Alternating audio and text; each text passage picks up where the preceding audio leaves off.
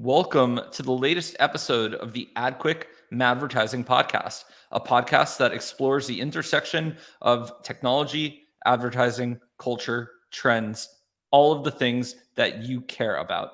Today, we have a really interesting guest. I think one of our first D2C founder guests, although he does more than just that, Steven Arena. He is the founder of Ancient Crunch. They are the makers of healthy for you snacks, such as Masa Chips, which actually have a bag of right here. They're delicious. And we're here today to learn from a founder who's doing something really cool. A hot organic trend of healthy foods is something that a lot of people are into right now. So we're happy to talk with Steven. Welcome to the podcast. Thanks, guys. Excited to be here. Welcome. Awesome. And so, I've watched a bunch of your other videos and podcasts before this. So I've got the story, but for our listeners who haven't heard anything about you, can you tell us a little bit of the story about Ancient Crunch and Masa Chips, like the 1,000-foot view? Yeah, so I think it really starts around 10,000 years ago, or sorry, 10,000 years ago, excuse me, 10 years ago, when I became very interested in health because I had to cook for myself for the first time in my life. I was 19. And everything I had previously eaten was like my mom made it or was a dining hall at college. And I found myself in Europe where there are no dining halls and where my mom wasn't there doing like an internship over the summer, and I had to cook for myself. And that was a pretty, trivial thing. It sounds like on paper, but being able to see food travel from the grocery store to my pantry to the pan that I was cooking it in to my mouth, and then seeing how I felt after that, like vertical integration of the food process, that allowed me to like connect how I felt with what I ate for the first time ever. And I learned a few things, very crazy things over those first few weeks. Basically, what I ate impacted how I felt. And so that set me off this, multi-year rabbit hole of trying to optimize health and food and lifestyle and all this stuff, trying to figure out the right way to eat and feed my body so that I could actually like, be a high functioning human. Ultimately, I graduated college, worked as a software engineer for a few years. And during that time, this was during COVID. So I had, I was spending 5 hours a week, like on my laptop at home. And then the rest of the time I was doing who knows what. So I found myself a lot of spare time in my hands, decided to start talking about all this health stuff I had learned on social media. And that's where this sort of all started in recent memory. That was about 2 years ago. It went very well. I got 80,000 TikTok followers in 80 days.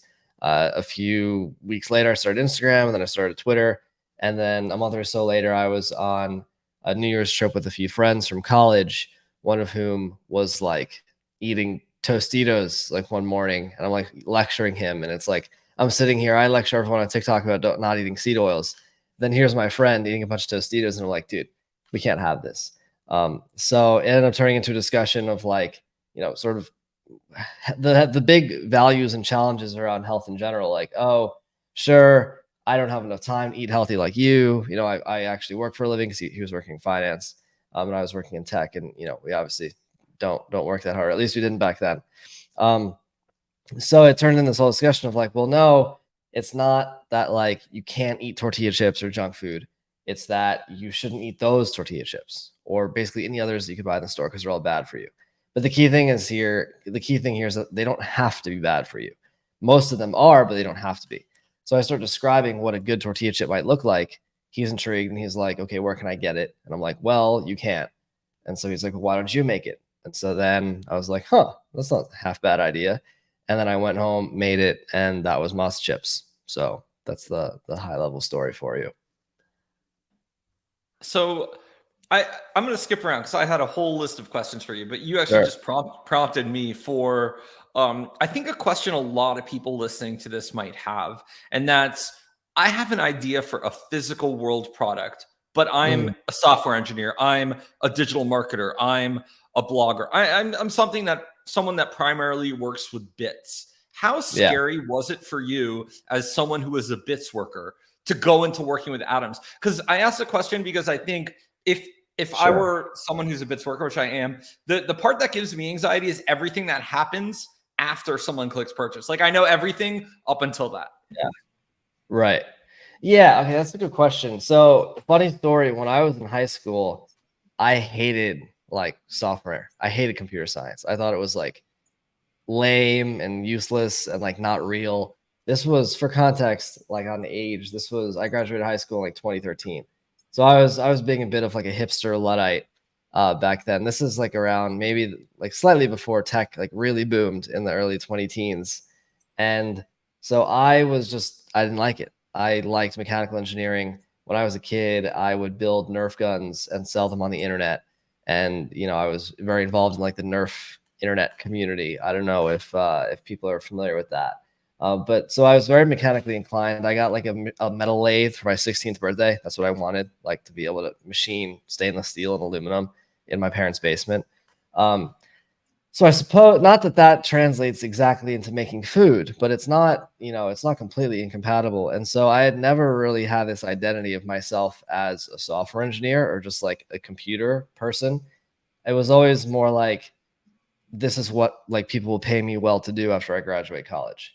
And it just so happened that like that's the path I found myself in, because I had majored in math, which is like very obviously impractical.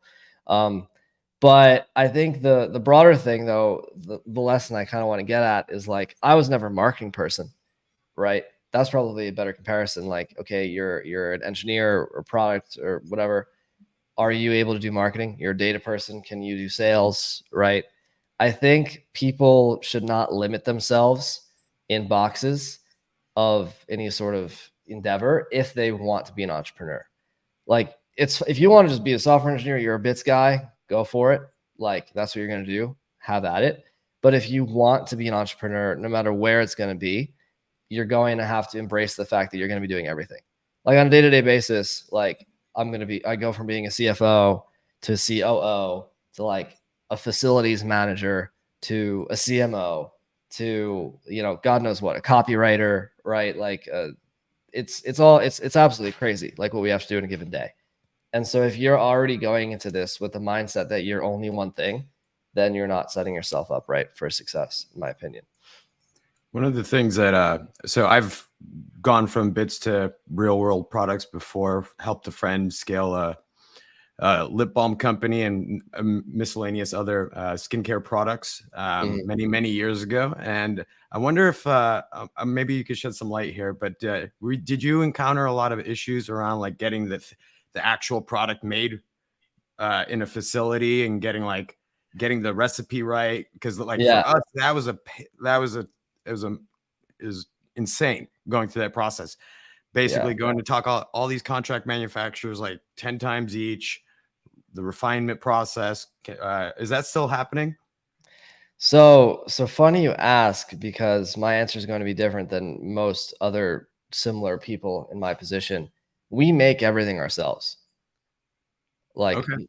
we don't print the pouches, certainly, but Masa is made front to back by us in a facility that is like, we rent 30 minutes from where I'm sitting right now. So that was always the case because our product is so different from what the industry is used to making that there is no contract manufacturer that would do what we want to do. And obviously, there's always a right price, certainly, but that combined with like the fact that contract manufacturing as a whole, at least in salty snacks, is not an industry that I would call particularly innovative. And the people who run contract manufacturing, like, no offense to them, I don't think they're really forward-looking people. If they were, they would probably own brands and not, contract manufacturing.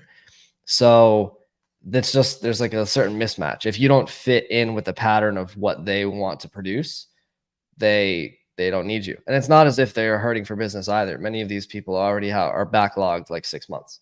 So that's just not something that we had the luxury of being able to do. However, we did have a lot of difficulty, finding that out. At first, we thought that we hired a startup consultant, like a CPG startup consultant. He was like, "Oh yeah, try to find a co-manufacturer." Didn't happen. And then I was like, it was either abandon the project or do it this way. And so that's what we did. Right on, right on. And so one of the other things that I wanted to kind of get your take on is like you had mentioned that you're wearing different hats throughout the day.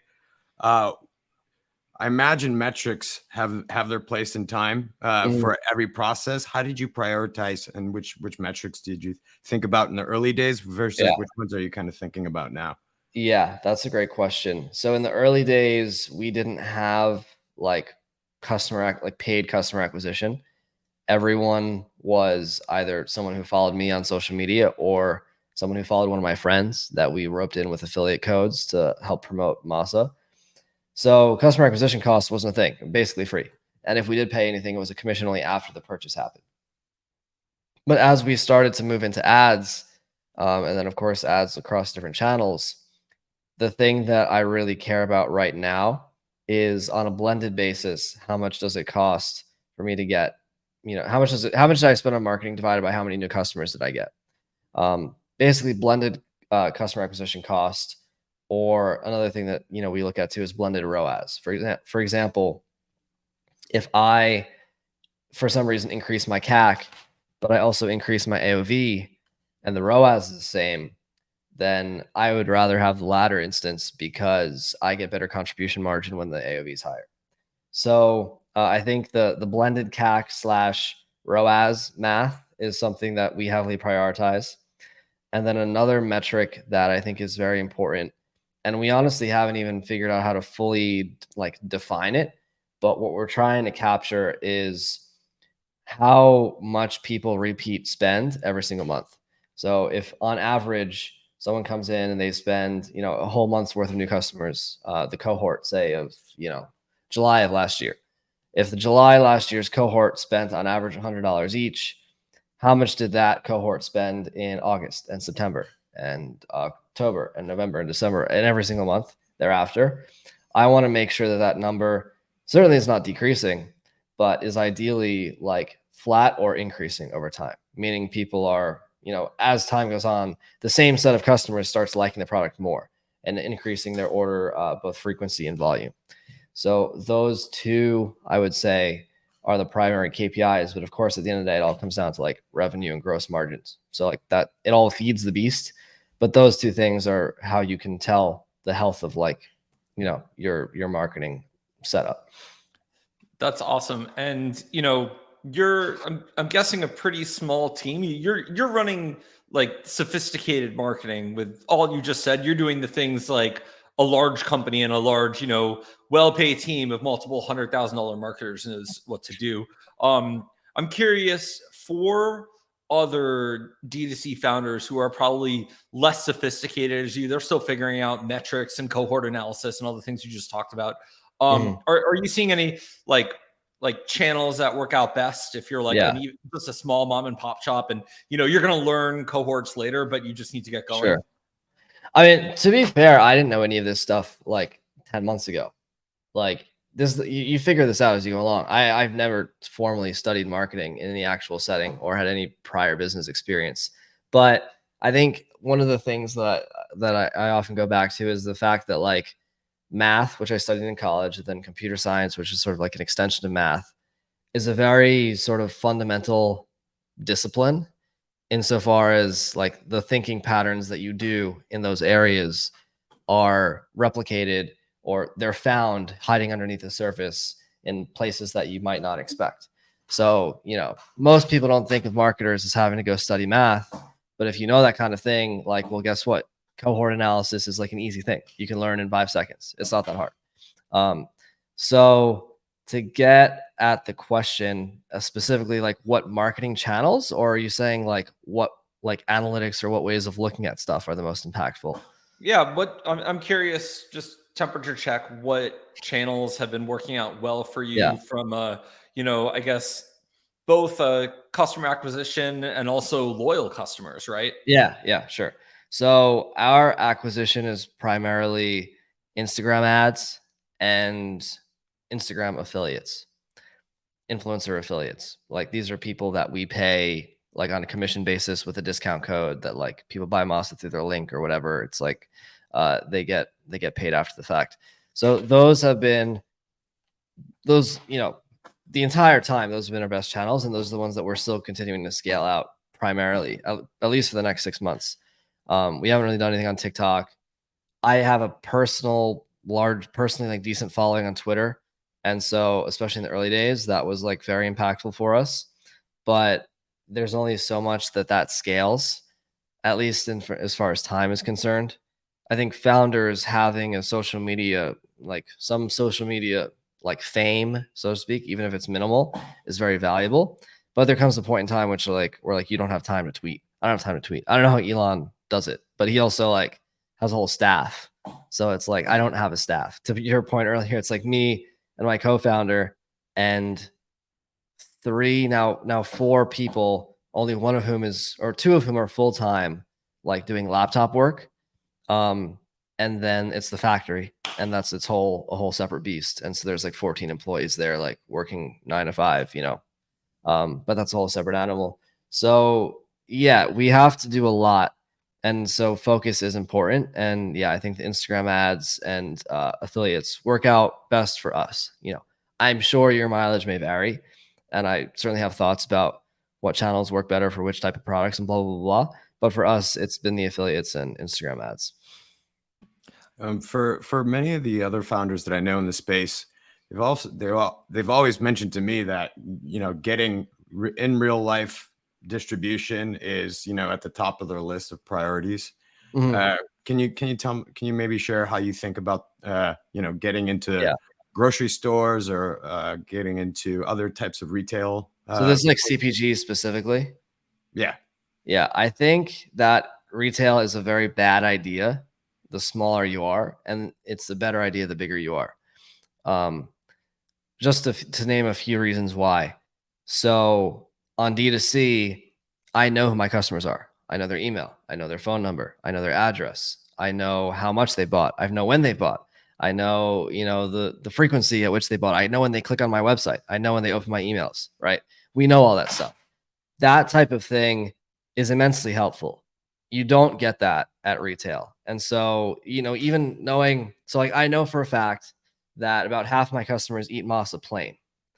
And I know that because I have post-purchase survey that they answer after they purchase, and this is a retention survey, so it's repeat customers only.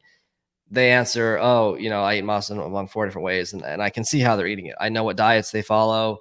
I know what types of workouts they do. Like, I know all this stuff. And if I were just in retail, I would have no clue. Even Amazon, no clue. Absolutely no information whatsoever. All you see is like, hey, someone made a purchase. Hey, someone made a purchase. Well, who? Is it the first purchase, the second purchase, 15th? I have no idea, right? So the data is one of the very large advantages of D2C, which is helpful as you grow because it helps you figure out how to make decisions because you have this customer insight. The other thing is margins. So retailers in food, at least, and especially like premium natural channel retailers, the Erewhons, the Whole Foods, whatever of the world, they'll typically charge between 40 and 50% of the sticker price. Like that's their margin. And so if I want to make the same amount of money selling like masa at Erewhon as I do on my website, like a $6 bag on my website would turn into like a $12 or $13 bag at Erewhon, which is just not tenable. And no one wants to do that. So you have to prioritize, right? Because if you're trying to grow and you need to reinvest your own capital, and when you're small, your OpEx is high relative to your revenue, right? It's a high percentage. So you need to have all the money available to reinvest as you possibly can. Then D2C is a much better way to do that generally, right? Maybe not for some products if it's super heavy or hard to ship or who knows what.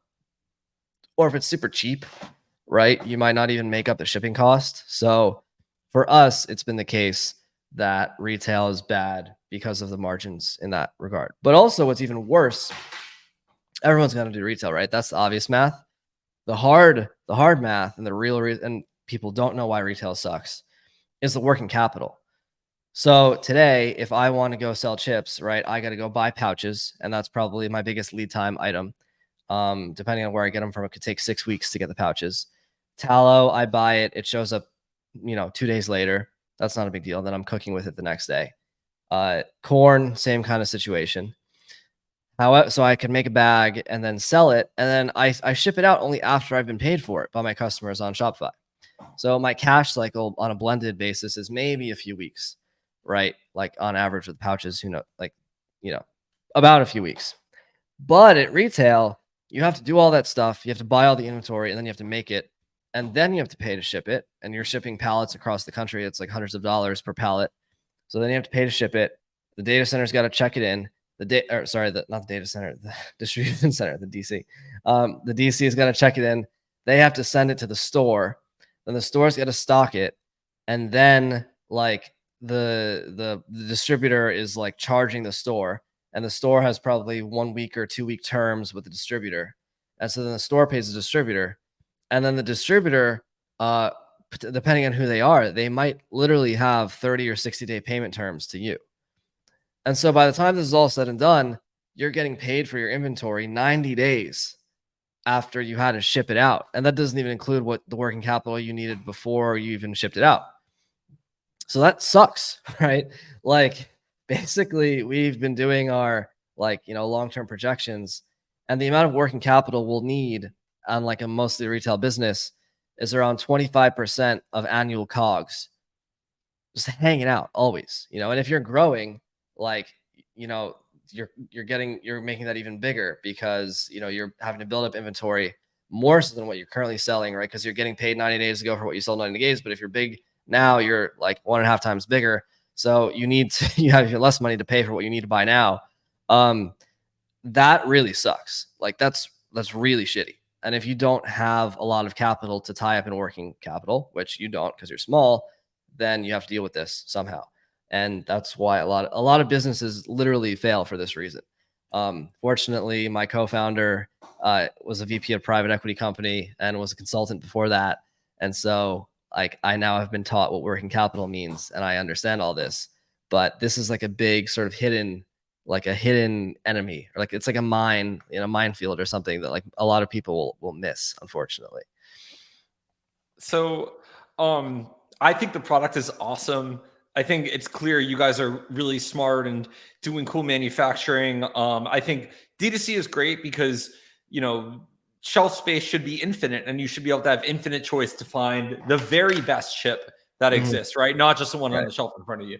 But I'm curious, there's a lot of people who are small founders. They're not going to be in a grocery store now or maybe ever in the better for you category, or maybe even just call it the premium category. What specifically, I'm curious, what messaging has worked for you well to sort of break people's habit of, okay, I usually go to a store to buy this thing. I know I can buy things online. I buy, I buy toilet paper, paper towels from Amazon, but like what works to get someone to consider, I'm not going to buy the Tostitos. I'm going to get the, cool, organic, healthy for you chip. I'm curious because I know a lot of other founders in their head, they're like, I know my product is better, but how do I change that behavior? Yeah. So the question is, people are used to buying chips at the store. They can't buy your chips at the store. How do you convince them to buy your chips online? I think the answer, honestly, is just it's not that I have to convince them to buy it online. It's that I just have to convince them to buy it at all. Like if I can convince them sufficiently well that they should buy it, they'll buy it wherever it is, whether it's on Amazon or at a store or on my website. I haven't really seen an issue where people are like, "Oh yeah, I'd like it," and it's at a price point I'm willing to pay, but I just don't buy chips online. That's not what happens. People either want it and they'll find it wherever they can get it, or they don't want it, and that's on them, and that's fine. So I think the question becomes more so, how do you just market your product as something people need to have? And it's just like a general marketing question. For us, I can give some perspective. We are sort of riding on the tailwind of a very large trend, namely seed oils are bad for you. And Masa doesn't have seed oils. That's like one of the more obvious like selling points for the people that already know what that means. But then for the people that don't already know what it means, so okay, that's like the early adopters, right?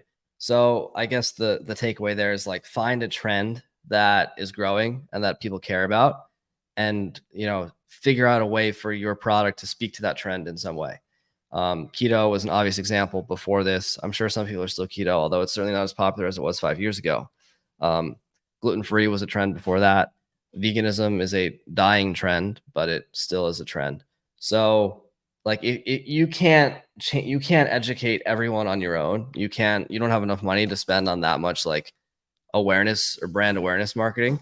But what you can basically do is find people who are doing your marketing for you, and not necessarily literally selling your product, but selling the set of ideas needed for someone to want to buy your product.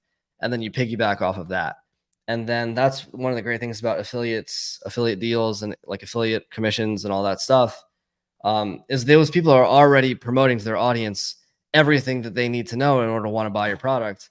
And now you're giving them a way to make money on top of it. So that's also incredibly helpful too.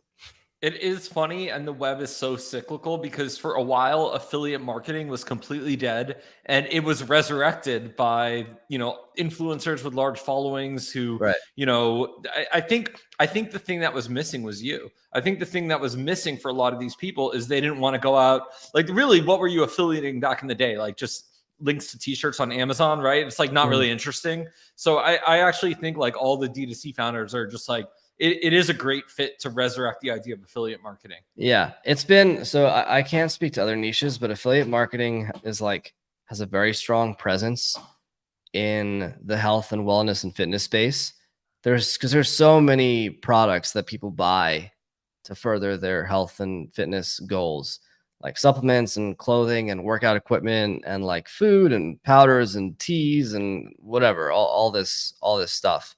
So that's always been a thing. And since I kind of grew up in the space, like in that world, in that niche specifically, seeing people shilling affiliate codes was like something that I'm just, used to. And as a customer, I was always like, oh, cool, great. I get 15% off if I use this guy's code. Sweet.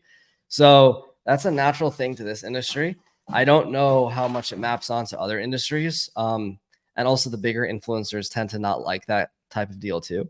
But you'd be surprised at what small influencers can do. My wife, for example, has like 25,000 followers on Instagram, and she has like a similar kind of account to me. It's like very hardcore natural health wellness kind of thing. And she is our best performing affiliate of all time.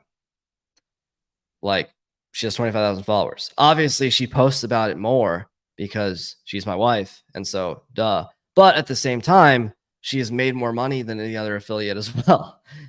So it's like, it's not as if she's doing it just for free. We're not really, that's not the point. But my point is, like, it can make a decent amount of money even without someone who is super famous.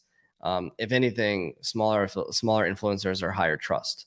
So, take that for what it is. But yeah, affiliate marketing through influencers is a fantastic channel.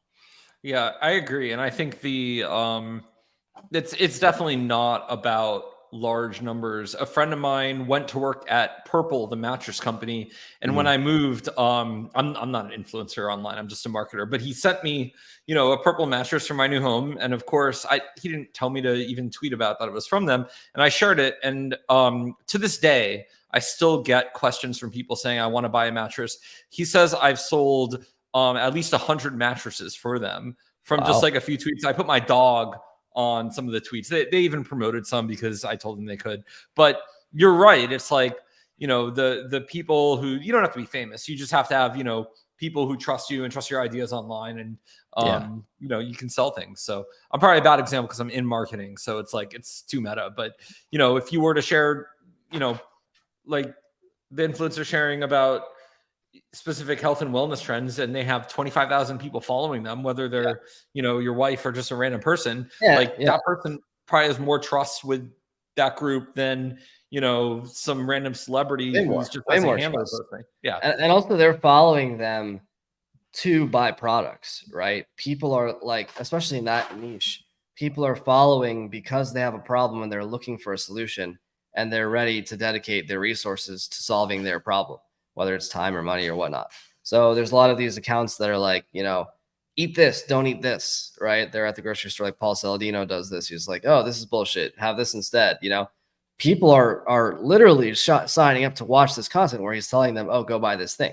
So obviously, like, that audience is primed to want to buy a thing that's recommended by such a person. And I mean, in my opinion, it's all like, and people say, oh, but they have financial incentive. You can choose to be an affiliate for whatever brand you want, right? Like, the affiliates pick what brands they'll promote, in some category, because they pick their favorite and then they promote it and then everyone wins. So yeah, no, it's really a very good channel. It just it takes a lot of like I guess human or emotional or EQ or whatever you want to say. It's very hands-on because you're like constantly talking to these people as opposed to just like clicking buttons on Ads Manager. Yeah, it's hands-on, and you see a lot of times when large brands, I'm not going to name the brand name, but when a large brand gets involved in giving a product to an influencer that's sort of not relevant for that brand's audience, you can do the inverse. You cannot not just not sell anything, you can actually quell and chill Yes. sales. So it does create work on the part of the marketer. Marketing 101, understand your audience, and obviously for what you're doing. I actually had another question. So my networks online have psyoped me to be healthier. I've, started going to the gym. I'm not having alcohol or sugar for like the last year. I've been like, living my best, like Tony Robbins lifestyle, super healthy. But one area I actually haven't been like chilled on totally, because I don't think I was having too much of it, is seed oils. And I know that obviously big CPG snacks probably have seed oils in them. I don't really fry things, so I don't have this. So, but do you want to give me like the 2-minute pitch of why I should be like vigilant against seed oils, or at least having the least amount possible? Sure. So seed oils, when we use that term, that refers to the oils from certain monocropped, like cash crops, basically from the seeds of those crops that have been industrially extracted and concentrated into bottles or tanker trucks or whatever that are then used commonly in cooking in the modern day. The most important corollary of that whole definition is that they didn't exist prior to about 100 years ago. It's not as if the industrialization was like a more efficient way of making a similar product. It wasn't made at all. Canola oil did not exist. No human on earth anywhere was eating it in 1850. So that's the first thing. It's like, it's inherently modern food. In many ways, it's like the first industrially created food, the first artificial food, if you will. The second thing about it is that it's consumed at a rate of about 20% of all calories, but on average, by people in the modern, West, so to speak. And that is up from, again, 0% of all calories around 100 years ago. So we have, an infinite growth rate, but, I don't know, call it like 100x or whatever you want to call it, 20x, pick a number. A very large growth rate in the amount of seed oils that have been consumed over that time frame. And so the last little fun fact to leave you with is that the rise in obesity is actually not correlated with sugar consumption. It's not correlated with physical activity. It's also not even correlated with calories consumed. It diverges from all those charts, but it is pretty well correlated with seed oil consumption. So while the correlation doesn't necessarily imply anything, for there to be a causal link, you have to have correlation as a prerequisite. So aside from all that, the reason why they're a problem is because these artificial oils are full of polyunsaturated fats, which are not like a type of fatty acid that's not present in the natural fats that humans have eaten over the past so many thousands of years. These fats oxidize at room temperature. So that means they'll turn into inflammatory compounds that are more or less destructive to every piece of biology they touch. And so when you eat them, they go everywhere. They're in your fat, they're in your blood, they're in your skin, they're in your liver, they're in your brain. This oxidation is occurring and causing inflammation. Everyone knows inflammation is bad. And then perhaps the worst reason, though, is that they make you fat because since they're like a foreign substance to the body, your body does not really evolve mechanisms for understanding how much of them to eat. This is the whole thing. Natural foods, your body knows how much to eat because it's evolved hormonal responses to consuming them. Seed oils are artificial, so your body has no idea. You will eat 300 more to 400 more calories when you eat a meal with seed oils as opposed to a proper saturated fat along with whatever else you're eating. And that study has been done in children, and they found that kids would eat 300 to 400 more calories until they were full. Obviously, if you're eating that many more calories every single meal of the day, you're going to get fat. So I think that's the general summary, is that they're artificial. They're completely created by industry. They're inherently artificial. They're inflammatory everywhere in your body, and they make you fat. So yeah, don't eat them. That's a great summary. I think a lot of things in modernity are traced to what you said about taking something and creating a hyper concentrated version of it to where it's like 100, whether it's something that even existed before or not, we're taking things and we're making very potent versions of it. And I think we're going to see a lot more over time of not just founders like yourself, but certainly at some point, like the big CPG brands will start to have less of it, or maybe not. But I would say they'll do something. So I have it's very interesting how big of a business like low sugar or sugar free or sugar alternative drinks are. And like Coca-Cola will donate all this money to like research about how sugar is bad for you, or to like research like new non-sugar sweeteners. Because the thing is, and everyone thinks, oh, Coca-Cola is evil, they make their money from sugar. Like, no, they make their money from high fructose corn syrup and aspartame. Sugar's too expensive. Sugar requires actual farmers and actual farms, like producing a product that's more or less been like remained unchanged over like 200 years since it was like first, produced at large scale. So Coke actually loves sugar alternatives because not only can it charge more money because it's like low sugar, and so people like think that's worth paying more for, the actual input cost of that item is a lot lower, and the supply chains are much more stable. During the pandemic, sugar prices fluctuated astronomically, and people were going crazy on in order to find like actual quantities of good quality sugar. And so if Coke can free itself of the sugar supply, the supply chain, while also making itself out to be this like benefactor of human health, and also charge more for it, like it's a triple win for them. And everyone thinks they're like doing a good job too. So it's like, it's absolutely nutty. Not every healthy trend you see, there's a lot. Most healthy trends have more to them than meets the eye, is what I'll say. Well, I've given up sugar, but I'm not going to give up the Coke Zero just yet. I need some vice in my life. I would honestly, what you should eat is Mexican Coke. What you should drink is Mexican I was just Coke. about to say that. Yeah, that's what you should actually get. The same thing in Montreal. I was just in Montreal in Canada, and like when we were ordering McDonald's at 3 a.m, we got the regular Coke with the sugar in it. It was fantastic. I was there for a bachelor party, so that's why the McDonald's at 3 a.m. But no, there's actually certain like very avant-garde health people who actively seek out Mexican Coke for its supposed certain medicinal properties. But I mean, that's actually is a good point. Like a lot of the things that we know of and see in modern society are just like watered down, soulless husks of like their previous versions that they were created, and the higher purpose that they were created for. Ginger ale is a great example. Ginger ale, like ginger is a digestive herb. I take ginger capsules after eating if I ate too much or something and I need to like increase the speed of my digestion. And so ginger ale is like with the bubbles, right? Like that should help you digest your food. But Schweppes took it and like put high fructose corn syrup and like artificial ginger, and it's like whatever, and it's like it completely defeats the purpose. But it became popular for its medicinal, like actually helpful properties. I suspect something similar is going on with Coke. All the herbs, it's doing something, cognitively enhancing or whatnot. But now, of course, it's all a bunch of chemicals. And this happens again and again with like foods, like actual foods too. Like French fries 100 years ago, that would have been a health food. You get your vitamin or your nutrient dense grass-fed beef tallow, because all cows pretty much ate grass back then. You got your organic potatoes, and you get your carbs, you get healthy fats, you get fat soluble vitamins, and it tastes delicious, right? But now McDonald's French fries with like they use their beef extract in the flavoring and soybean oil and like crappy pesticide potatoes. It's like it tastes similar enough, and people think it's good because it's already popular, but it became popular 100 years ago for a completely different reason that no one knows about anymore.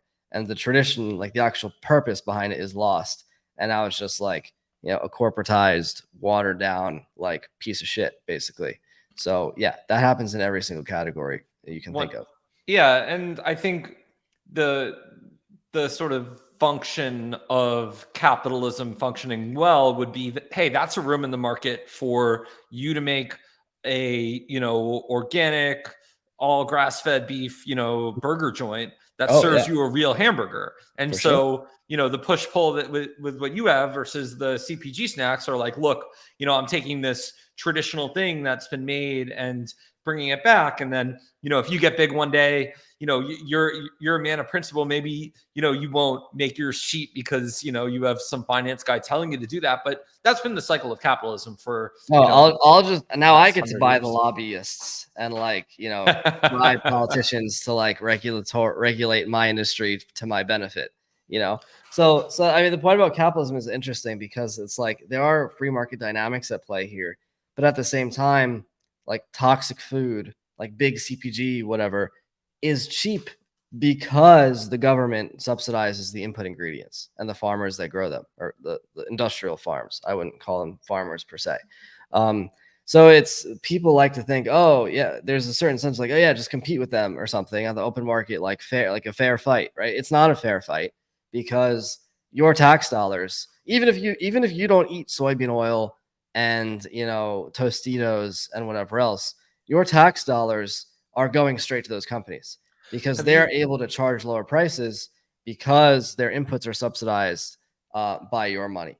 So, did you watch the Bill Gurley talk about why Silicon Valley is so successful? And it's like a 30-minute talk. And the end note is because it's so effing far from DC was the end note. And basically he goes through what you said about how industry gets captured or industry captures the market and basically creates scenarios where it's too hard for an incumbent to get in. Yeah. And that's one of the sort of ills of our time. And certainly it exists in, food, in healthcare, not so much in software, maybe more with AI if some people get their way. But I would Sam Altman is like trying, right? He's like, please regulate us so that no one else can compete with me. That's what that is. Right. Yeah, regulatory capture is the playbook. Yeah. If you're, I'm going to do first mover advantage. Like in 20 years, you bet your ass I'm going to be sending lobbyists to DC to try to make pesticide farming illegal and make seed oils illegal or something. Of course I'm going to be doing that. Why fighting the good fight over there? Yeah. Why wouldn't you? The problem is that when people are using that tool to make things that are bad for people, whether it's, I don't know, mentally, physically, emotionally, otherwise, whatever. So I'll dial back to actual marketing stuff because we're gonna overwhelm our users with trying to fix capitalism and government. Governance might be above our pay grade. I'm curious on your packaging. I'm just curious. Does things like the non-GMO, no pesticides, vegetable oil free, this messaging is effective for you guys? Yes. I'm just curious about modern packaging. If I'm also trying to do something that's environmental friendly, that's still pretty important, right? I have not received any complaints, or at least any substantial number of complaints about the fact that the packaging does not say anything relating to sustainability on it. I think this is reflective of things that certain cynics who are probably right talk about, which is that no one cares about sustainability. They like to say that they care, but no one makes their purchasing decisions off of sustainability. Allbirds, there's a good article about this, the rise and fall of Allbirds or something. I think it was the Wall Street Journal that talks about how Allbirds became popular because they were like, oh, it's merino wool, it's sustainable, shoes and other things. And so people were like, okay, that's cool.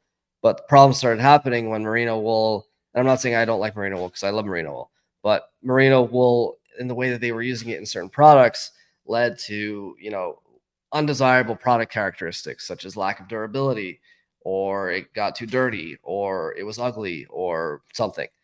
And the people who had, been champions of sustainability back when they really liked the shoes that they first launched, all of a sudden were pissed about this. And it's like, people, the casual observer gets the wrong opinion. They think that people liked it and Allbirds became popular because it was sustainable. No, it was a comfortable shoe. It was trendy. People thought it was cool and it fit well and people liked it. It was comfortable. It just that because it happened to be sustainable, that's like an added bonus.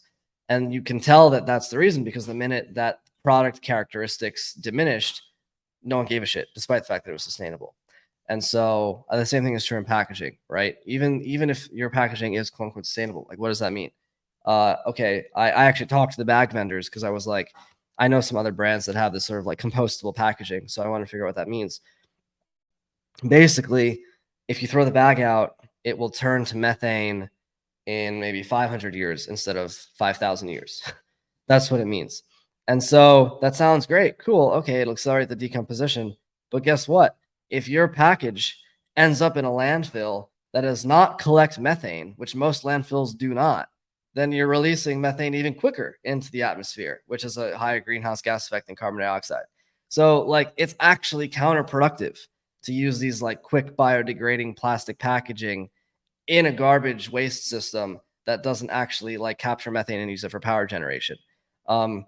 Anyway, so it's not as if I would love to be like, I would love tin cans of Masa or something, and then, we have trucks driving around the country where like you put your empty Masa cans out on the front door, and then the Masa truck comes and picks them up and sends them back to our factory, and we like clean them up and I would love to do something like that. Like the milkman, with milk bottles from like, 60 years ago or something. However, to date, the lack of sustainable indicators on our packaging, and it's not because I haven't tried to do it. It's just I explored it and didn't think that it was actually good, and no one has really complained about it because of that. I think to conclude with what's actually good in our packaging, the thing that I think converts the most or is the most impactful in driving interest is it's just pretty. Every girl who's ever looked at the bag of moss is like, it's so pretty.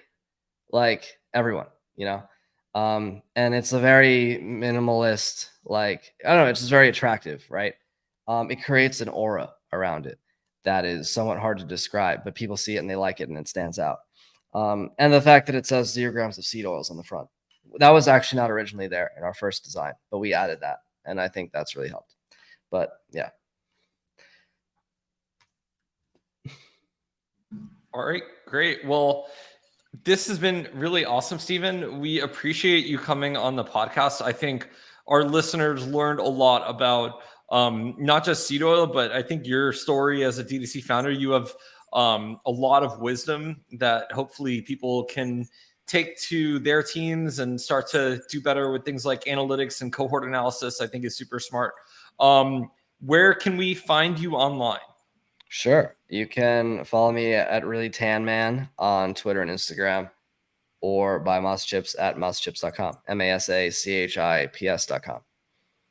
Awesome. And I fully endorse the chips. I've been eating them with my wife all week. We had them with some guac I made. Best tasting chips I've ever had. It tasted, fresh. It didn't taste like, the sort of CPG chips where they, come in a million pieces in the bag. All the chips were chips, and we really enjoyed them. Great. Yeah, thanks for joining us. Yeah, thanks for having me. It's been fun. So as usual, if you are listening to this, please share with your friends. And if you are watching on YouTube, please like, comment, and subscribe. We're still doing the YouTuber thing. Thank you guys, and we'll talk to you next week.